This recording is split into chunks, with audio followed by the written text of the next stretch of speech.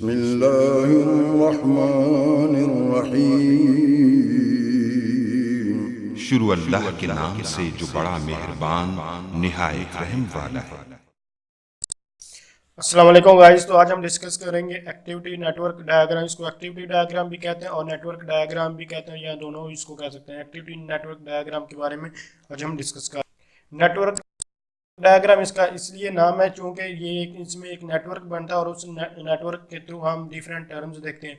तो ये हमारे पास ये कुछ सिंबल्स हैं, आप ये सिंबल्स देख सकते हैं, बहुत इजी हैं, लेकिन इसको हम यूज़ नहीं करेंगे क्योंकि अगर ये आप देख सकते हैं, ये एग्जांपल दी हुई है, ये बहुत मुश्किल है। आपको पेपर में कैसे क्वेश्चन आएगा और आप उसको कैसे सॉल्व कर सकते हैं, आज मैं आपको वो उसके बारे में डिस्कस करूँगा।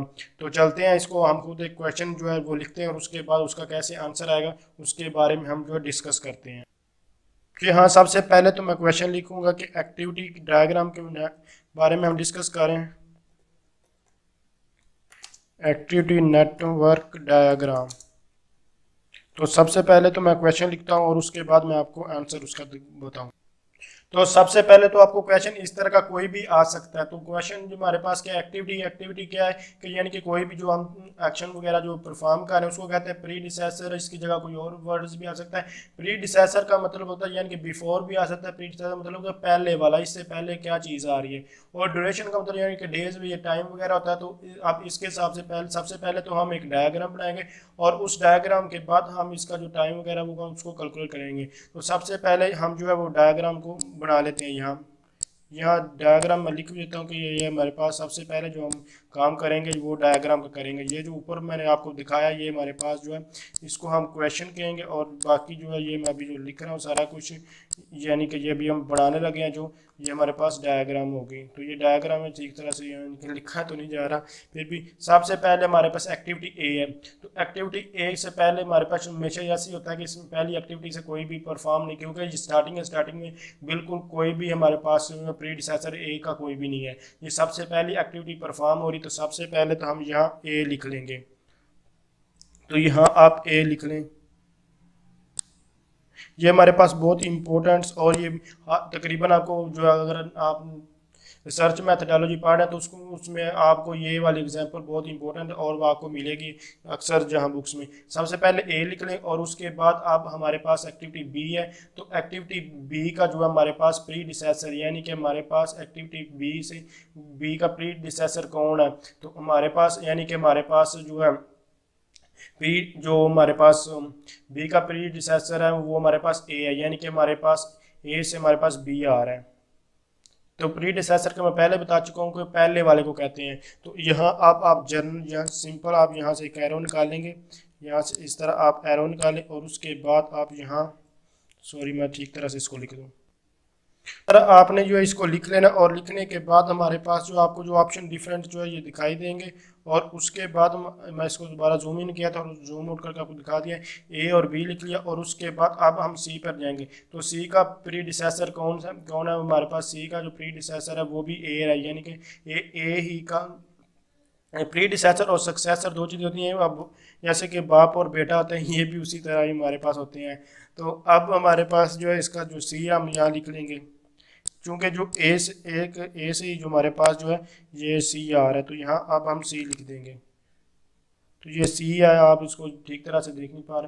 उसके बाद हमारे पास अब हम डी पर आएंगे। तो डी का हमारे पास प्री डिसेसर है बी, यानी कि बी। अब हम जो है मूव ऑन करेंगे, यहाँ से बी को डी लिख देंगे। तो यहाँ जस्ट हम डी लिखेंगे। इसी तरह अब ई का प्री डिसेसर कौन है, सी है। तो सी से हम जो निकाल रहे हैं अब ई, जस्ट मैं यहाँ जो अब ई लिख दूंगा।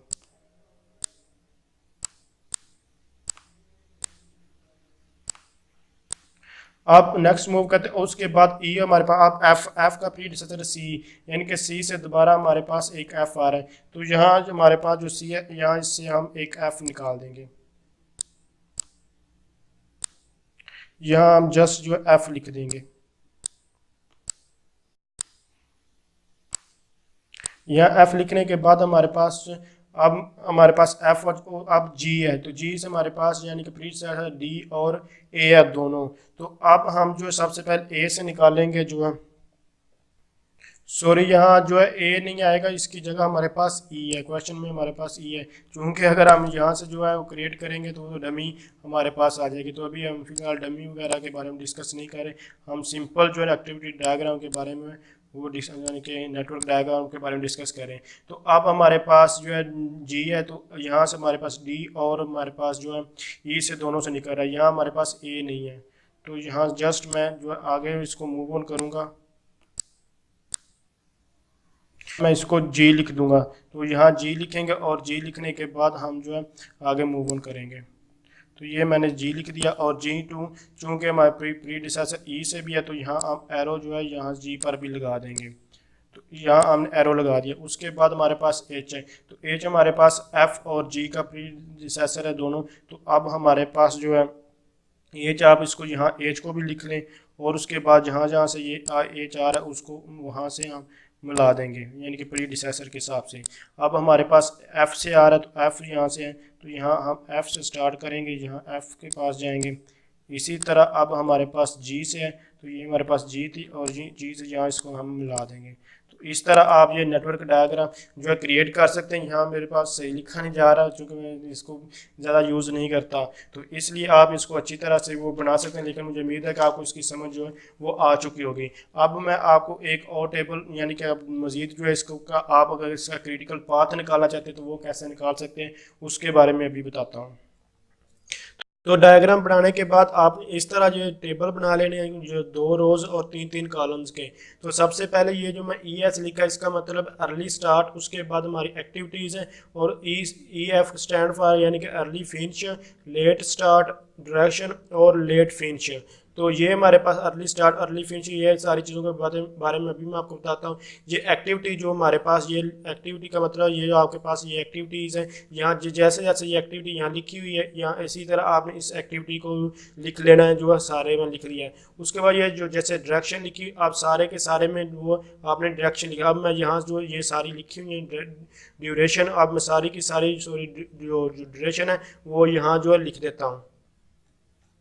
तो इस तरह ये हमारे पास एरो जो जैसे हमने यहाँ लगाया था, बिल्कुल वही एरो मैंने इधर लगा दिए, यानी कि ए से मूव कर रहे हैं बी की तरफ, और बी से मूव कर रहे हैं डी, और ए से जो है सी की तरफ, सी से ई की तरफ, इस तरह ये मूव करते जा रहे हैं ये एरो। और जो जैसे कि हमने कहा, और ये सारे के सारे जो है जो एच पर आकर ख़त्म हो रहे हैं। तो अब इसी तरह हम जो है जो ये हमने लिखा हो अर्ली स्टार्ट, यानी कि ए हमारे पास जो स्टार्ट हुआ था उसके पास आप देख सकते हैं, यानी कि कोई भी यहाँ जब कोई भी चीज़ स्टार्ट होती है तो उसको कोई भी टाइम नहीं लगता, तो ये हमारे पास 0 आ गया। अब हमारे पास जो इस पे यानी कि ए पर कितना टाइम लगा था, 0 से लेकर 3 तक, यानी कि टोटल हमारे पास जो इसकी ड्यूरेशन थी वो हमारे पास 3 थी। 0 और 3 को जब मिलाएंगे, यानी कि जब हमारे पास ये टोटल फिनिश कितना होगा, ई एफ, यानी कि अर्ली फिनिश, ये हमारे पास 0-3, ये हमारे पास 3 आ जाएगा। बस एक एक्टिविटी वो फिनिश हो जाएगा, उसके बाद सेकंड एक्टिविटी जो है परफॉर्म हो जाएगी। अब ये हमारे पास जब फिनिश हुई तो तब 2 एक्टिविटी ने हमारे पास एट अ टाइम जो है ये परफॉर्म होना है। तो अब इसका जो फिनिश टाइम हमारा यानी कि हमारे पास अर्ली फिनिश जो है ये हमारे पास जो है 3 आया था, तो ये इसका जो है ये स्टार्टिंग टाइम होगा। जैसे कि इसका 0 था, लेकिन इस पर अब इसको 3 मिनट या 3 डेज जो है वेट करना पड़ा। इसी तरह ये इसको भी 3 डेज यानी कि स्टार्ट होने के लिए वेट करना पड़ा। अब दोनों को 3 डेज जो है वेट करना पड़ा है। अब दोबारा इन दोनों ने आगे मूव ऑन करना है, यानी कि 3 और 4, यानी कि आप पहले 3 दिन इसको वेट करना पड़ा और आप 4 दिन इसको जो है दोबारा जो 4 दिन दोबारा लगेंगे और ये इसके बाद फिनिश हो जाएगी। टोटल ये हमारे पास 7 आ जाएगा। इसी तरह आप कोई भी पहले कर सकते हैं, नहीं आपने पहले ये लिखनी। उसके बाद 3 और 2 इसको दो यानी कि 2 दिन लगेंगे और 3 दिन इसने पहले वेट किया, तो ये हमारे पास इसका 5 आ जाएगा। तो इस तरह आगे आप मूव करते हैं, आप इसी के मुताबिक यहाँ मूव करेंगे, यानी कि ये हमारे पास 7 है। तो अब इसने 7 दिन जो है वो वेट किया है और 7 दिन वेट करने के बाद जो है मज़ीद खुद जो यूज़ की एक्टिविटी वो 5 है, तो ये हमारे पास वो 12 आ गया। इसी तरह इसने हमारे पास 5 डेज़ वेट किया और वेट करने के बाद एक दिन इसने खुद यूज़ किया और एक दिन इस एक्टिविटी ने यूज़ करने के बाद जो 6 जो डेज़ अपना काम कंप्लीट करने में लगाए हैं। अब बात आती है यहाँ हमारे पास इधर, अब यहाँ जो एक्टिविटी आ रही है हमारे पास वो है 12 आ रही है, यानी कि इसने 12 दिन वेट किया और खुद 4 दिन लगाए, तो ये हमारे पास इसका 16 जो है फिनिश में टाइम आ गया। और उसके बाद अब यहाँ आप देख सकते हैं यहाँ 2 एक्टिविटीज़ एट टाइम आ रही हैं। ये हम एक छोड़ के तो ये यहाँ से ये इसका भी ये भी इसने भी चूँकि दोनों ने वेट किया तो यहाँ भी 5 और यहाँ भी हमारे पास जो है आगे जो है स्टार्ट इसने वेट किया तो 5 ही आ चुका है। तो इन दोनों से 5 और 2 यहाँ हमारे पास इसने 7 दिन लगाए। अब बात आती है यहाँ पर, अब यहाँ पर ये भी आ रहा है, ये भी जा रहा है और ये तीनों। तो ये सारी की सारी हमारी एक्टिविटी जो देख सकते हैं एज पर आकर ख़त्म हो रही है। ये एरो मैंने लगा दी, ये मैं आपको रिपीट कर दूँ सारा, और उसके बाद हम बेसिकली जो इसमें थोड़ा मुश्किल चीज़ है वो अभी हम परफॉर्म करेंगे। तो सबसे पहले मैंने सारी एक्टिविटी दी और उसके बाद ड्यूरेशन एक्टिविटी ये वाली मैंने दी जो ABC है। ये सारी डायग्राम जो ये डायग्राम बनी थी वही मैंने ये डायग्राम और इसी टेबल, ये जो टेबल था इसी टेबल के मुताबिक ये मैंने टेबल बनाया। उसमें हमारे पास ड्यूरेशन हमारे पास ये जो थी ये मैंने सारी ड्यूरेशन दी है, सारी सारी आप चेक कर सकते हैं। उसके बाद अभी मैंने कोई चीज़ नहीं दी। अब हम स्टार्ट करते हैं, सबसे पहले अर्ली स्टार्ट है। कोई भी चीज़ स्टार्ट करते हैं जब उस पर यानी कि कोई भी काम कर रहे हैं तो उस पर 0 दिन लगता है। तो यह हमारी फर्स्ट एक्टिविटी जो स्टार्ट हुई थी वो उस पर 0 दिन लगे। उसके बाद उसने 3 दिन लगाए और उस कंप्लीट होने में यानी कि 3 दिन उसने खुद लगाए और ये 3 दिन में कंप्लीट होगी। उसके बाद मजीद हमारे पास 2 एक्टिविटी वो एक ही दिन में परफॉर्म होनी थी, यानी कि इन दोनों ने 3 दिन वेट किया और ये इकट्ठी हमारे पास वो परफॉर्म होनी थी। इसने 3 दिन वेट किया यानी कि अर्ली स्टार्ट यानी कि वेट करने के बाद ये 3 दिन बाद वो स्टार्ट होगी और ये भी हमारे पास 3 दिन वेट करने के बाद स्टार्ट होगी। अब अर्ली इसका भी स्टार्टिंग टाइम और इसका स्टार्टिंग में 3 है। अब इसने 4 दिन इसने लगाए तो टोटल हमारे पास 3 और 4 7 हो गए। इसी तरह इसने जो है 2 दिन खुद लगाए और 3 दिन वेट किया तो ये हमारे पास टोटल 5 दिन हो गए। इसी तरह आप जो आगे मूव कर सकते हैं, यहाँ से करें जैसे मर्जी। अब इसने इसका स्टार्टिंग टाइम 7 दिन है, इसने वेट किया, 7 दिन वेट करने के बाद खुद 5 दिन लगाए तो इसने टोटल 12 दिन लगा दिए। इसी तरह जब यहाँ से आए इसने टोटल यहाँ से इसने ई ने जो है वेट किया कितना 5 दिन। इसी तरह जो हमारे पास एफ था उसने वेट किया ये हमारे पास जो है 5 दिन। तो ये इन दोनों ने वेट किया, इसके बाद ये हमारे पास आगे मूव हुए। तो अब आगे मूव होने के लिए यहाँ सबसे पहले हम ये हमारे पास एरो यहाँ जा रहे हैं तो और ये जहाँ है तो इसको पहले कंप्लीट कर लें फिर आगे मूव ऑन करेंगे। तो अब हमारे पास यहाँ 2 एक्टिविटीज़ एट अ टाइम जा रही हैं। तो जब 2 एक्टिविटी मेरे पास फॉरवर्ड मूव हो रही तो आप हमेशा जो है ये बड़ी जिसकी वैल्यू होगी वो यहाँ लिखेंगे, क्योंकि अगर इसमें अगर टाइम डिले वगैरह भी आता है तो यहाँ मैनेज किया जा सकता है इस पॉइंट पर। अगर यहाँ आएगा तो वो हमारे पास वो मैनेज करना थोड़ा मुश्किल हो जाएगा, क्योंकि इसमें तो दिन पहले ही बहुत कम लग रहे हैं इसलिए यहाँ ज़्यादा लग रहे हैं। तो आपने मैं सिंपल यही है कि आपने ज़्यादा वाली या फॉरवर्ड मूव कर रहे ज़्यादा वैल्यू वाली चूज़ करनी, तो उसको यहाँ 12 लिखें और उसके बाद इसने भी 12 दिन वेट किया और 16 खुद लगाए। तो यहाँ आपने ये इंपॉर्टेंट पॉइंट है यहाँ याद रखना है। इसने 16 दिन लगा दिए और आप यहाँ से आप दोबारा मूव ऑन होंगे तो इसने कितने डेज लगाए। एफ ने वो यहाँ से सॉरी लिखा नहीं मैंने, तो एफ ने हमारे पास 2 दिन लगाए थे तो 2 दिन इसने खुद लगाए और उसके बाद आगे मूव ऑन हो, यानी कि इसने 2 दिन लगाया तो यहाँ 7 आया। अब 2 एक्टिविटी फिर यहाँ आ रही हैं तो अब यहाँ का आप कौन सी लिखेंगे वो वही लिखेंगे जो बड़े वाली है। तो बड़े वाली वैल्यू हमारे पास जो है 16 है। तो यहाँ हम जस्ट जो इसने 16 दिन वेट किया और 16 के बाद यहाँ 90 तक पहुँच गया। तो इस तरह ये हमारे पास जो है अर्ली स्टार्ट और अर्ली फिनिश ख़त्म हो चुका है। अब जो लेट स्टार्ट और लेट फिनिश के बारे में डिस्कस करते हैं। तो जब भी लेट फिनिश और लेट इसके साथ स्टार्ट करें तो हमेशा लास्ट से स्टार्ट हो।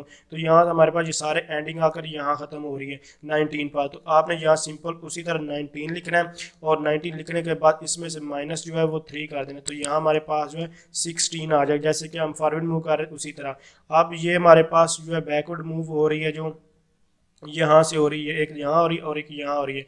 तो इसी तरह यहाँ भी हम लिख देंगे जो इसी तरह जैसे कि मैं फॉरवर्ड मूव करता था। अब हमारे पास ये जो हमारे पास लेट स्टार्ट था ये इसका जो है लेट फिनिश का टाइम होगा। तो इसी तरह जो सिंपल लिखी जा रहे हैं आप ये दोनों यहाँ 16 लिख देंगे जो, और यहाँ भी हमारे पास मूव ऑन हो रही तो इसका मतलब है यहाँ भी हमारे पास जो ये उसी तरह जो बैक हम जा रहे थे यहाँ भी हमारे पास 16 आ जाएगा।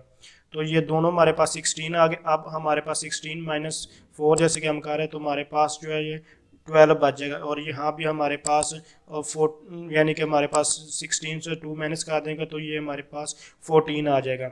अब ये हमारे पास इस तरह ये फिल हो चुके हैं। अब बैकवर्ड हमें मूव करना है तो अब इस पर हमारे पास ये हमारे पास 2 एक्टिविटीज़ दे रही हैं इसलिए इसको बाद में देखते हैं। तो ये हमारे पास एक में मूव हो रही है तो यहाँ हमारे पास 12 था तो ये हमारे पास इधर आकर ये भी हमारे पास जो है 12 आ जाएगा। सिंपल आपने उसी तरह बैकवर्ड मूव करता जैसे कि फॉरवर्ड मूव किया था, लेकिन इसमें थोड़ी सी एक चेंजिंग आती है। उसके बाद इसके ने कितना 11 जो इसका टाइम है। अब हमारे पास इस 11 और जो 14 ये दोनों हमारे पास रिवर्स में आ रही हैं। तो अब हम देखेंगे कि यहाँ रिवर्स में कौन सी लिखनी है। तो आपके पास जो भी स्मॉल वैल्यू होगी, फॉरवर्ड में आपने बड़ी और स्मॉल और बैकवर्ड में आपने स्मॉल में से यूज़ करनी। तो इसलिए यहाँ हमारे पास 11 यूज़ होगा और 11 में से 9 निकाल देंगे, उसी तरह निकालते जाएँ। और इसी तरह यहाँ भी हमारे पास क्योंकि इसमें एक एक्टिविटी आ रही तो ये 12 था, तो यहाँ हम उसी तरह 12 लिखेंगे। 12 लिखने के बाद यहाँ से हम 7 लिखेंगे। 7 लिखने के बाद इसमें ख़त्म हुआ जो 7 पर, यहाँ भी इसी तरह हम 7 लिखेंगे। 7 में से 4 माइनस कर देंगे, तो यहाँ हम 3 लिख देंगे। और अब इसमें से जो हमने -3 हमारे पास है, अब 3 हमारे पास गेन, अब 2 टाइम फिर यहाँ हमारे पास यहाँ से एक ये टाइम और ये 2 टाइम आ रहे हैं। अब हम स्मॉल वाला लिखेंगे, इसलिए हम ऊपर वाला लिखेंगे, नीचे वाला नहीं लिखेंगे। तो हम जस्ट ये वाला जो हमने 3 लिखा था बैक आड़ वही 3 लिखा, और उसके बाद 3 लिखने के बाद जस्ट 3 में 3 माइनस किए तो हमारे पास 0 आ गए। तो इस तरह ये आप जो देख सकते हैं ये हमारे पास बिल्कुल कंप्लीट हो चुकी है। मैं आपको सिंपल इसका फिर एक बार ओवर। तो सबसे पहले तो आपको इस तरह एक्टिविटी नेटवर्क डायग्राम की ये एक क्वेश्चन होगा, जिस तरह ये मैंने दिया है, आप कोई भी क्वेश्चन हो सकता है, उसमें एक्टिविटी प्रोसेसर और ड्यूरेशन आपको दी होगी। तो यस इस तरह होगा। तो आपने यहाँ से इस तरह ये एक डायग्राम जो है इसको क्रिएट करना। जब ये डायग्राम बना लेंगे उसके बाद ये आपको सारा अब ये जितना प्रोसेस पता होना चाहिए। तो ये सॉरी ये मैं मिस कर गया, तो ये कंप्लीट कर लूँ। ये हमारे पास 6 उसी तरह आ जाएगा। तो मैं बात कर रही है आपने पहले एक डायग्राम बनानी, उसके बाद आपने ये आपने याद रखना होगा, और इसी के मुताबिक बहुत सिंपल से डायग्राम में आपने बना लेनी है। सबसे पहले जो आपने एक्टिविटी लिखनी है, और एक्टिविटी ये हमारे पास लिखी हुई है सारे के सारे ब्लॉक्स में। ये डायग्राम जिस तरह आपने बनाई थी इस तरह ये डायग्राम के मुताबिक ये आपने इस तरह जो ब्लॉक्स बना लेने। एक्टिविटी लिख ली सब में, जैसे कि ABDC इस डायग्राम के मुताबिक ABCD वाली ये वाली इस तरह ये एक्टिविटी लिख ली। और उसके बाद हमारे पास ड्यूरेशन आ जाती है। ड्यूरेशन आपने ये जो हमारे पास लिखी हुई थी ये आपने इसके एक्टिविटी के नीचे सब में लिख लेनी है। उसके बाद ये लिखने के बाद आप अर्ली स्टार्ट आपने जो स्टार्ट करना है, स्टार्ट करने के लिए आपने 0 और 3 को प्लस करना है। और उसके बाद यानी कि आपने जो अर्ली स्टार्ट और ड्यूरेशन आपने जितना आपने वेट किया और जितना आपने टाइम लगाया उसको दोनों को ऐड करना है, तो आपका जो काम होगा जो है वो फिनिश हो जाएगा।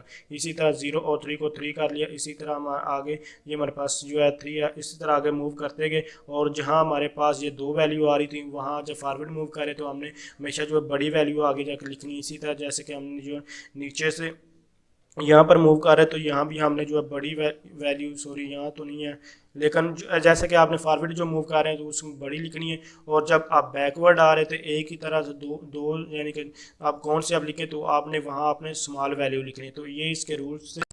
तो अब हम देखते हैं कि इसका हम क्रिटिकल जो पाथ है वो कैसे फाइंड कर सकते हैं। तो वो बहुत इजी मेथड है। जस्ट आपने जो अर्ली फिंच और लेट फिंच है अगर इसकी वैल्यू सेम आ रही है तो वो आपके पास क्रिटिकल पाथ हो, अदरवाइज वो आपके पास क्रिटिकल पाथ नहीं होगा। तो आप देख सकते हैं यहाँ हमारे पास ए से लेकर एच तक पहुंचने के लिए 3 पाथ जा रहे हैं। यहाँ से आप देख सकते हैं ABDG और एच रास्ता जा रहा है। इसी तरह हमारे पास ACE और G और H का रास्ता जा रहा है। इसी तरह हमारे पास AC और F और H तक रास्ता जा रहा है। तो ये हमारे पास डिफरेंट पाथ जो यहाँ A से लेकर H तक जा रहे हैं। तो यहाँ से हमें आप डिसाइड करना होगा तो हमारा क्रिटिकल पाथ कौन सा होगा।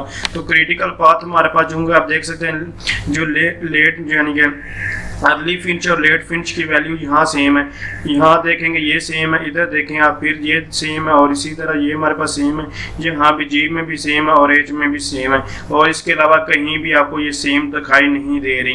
तो आप जैसे कि ये ड्रा की थी डायग्राम, तो अब आप जो शॉर्टेस्ट पाथ लिख सकते हैं वो आप ये इसका क्रिटिकल पाथ लिखेंगे ABDG और एच वाला। यानी कि मैं अभी आपको ये लिख कर दिखा देता हूँ। यहाँ हमारे पास जो एज होगा ये आप इसको ये सारे वाला ये जितना भी ये कट हो जाएगा क्रिटिकल पाथ में, ये जो आपको दिखाई दे रहा है। तो जस्ट आपके पास जो क्रिटिकल पाथ है ये वाला पाथ इसी तरह जो इसको फॉलो करते हुए इस तरह लिख सकते हैं। तो सेम ये पाथ आप इसको उसी तरह लिखने में आप दोबारा मुझे लगता कि ये मुझे लिखना पड़ेगा, क्योंकि आपको सारी कैसे ये डायग्राम बनाते हैं हर चीज़ एक ऑलरेडी बता चुका हूँ। आप क्रिटिकल पाथ जब आपसे पूछा जाएगा तो आप इस तरह जो फाइंड कर सकें। अगर आपसे पूछा गया, अगर नहीं पूछा गया तो आप इसको आपको कोई बताने की जरूरत नहीं है। तो डिफरेंट क्वेश्चन आपसे पूछे जा सकते हैं। तो अगर आप समझते हैं ये वीडियो हेल्प, इसको लाइक शेयर और कमेंट जरूर कीजिएगा। Thanks for watching. अल्लाह हाफिज़।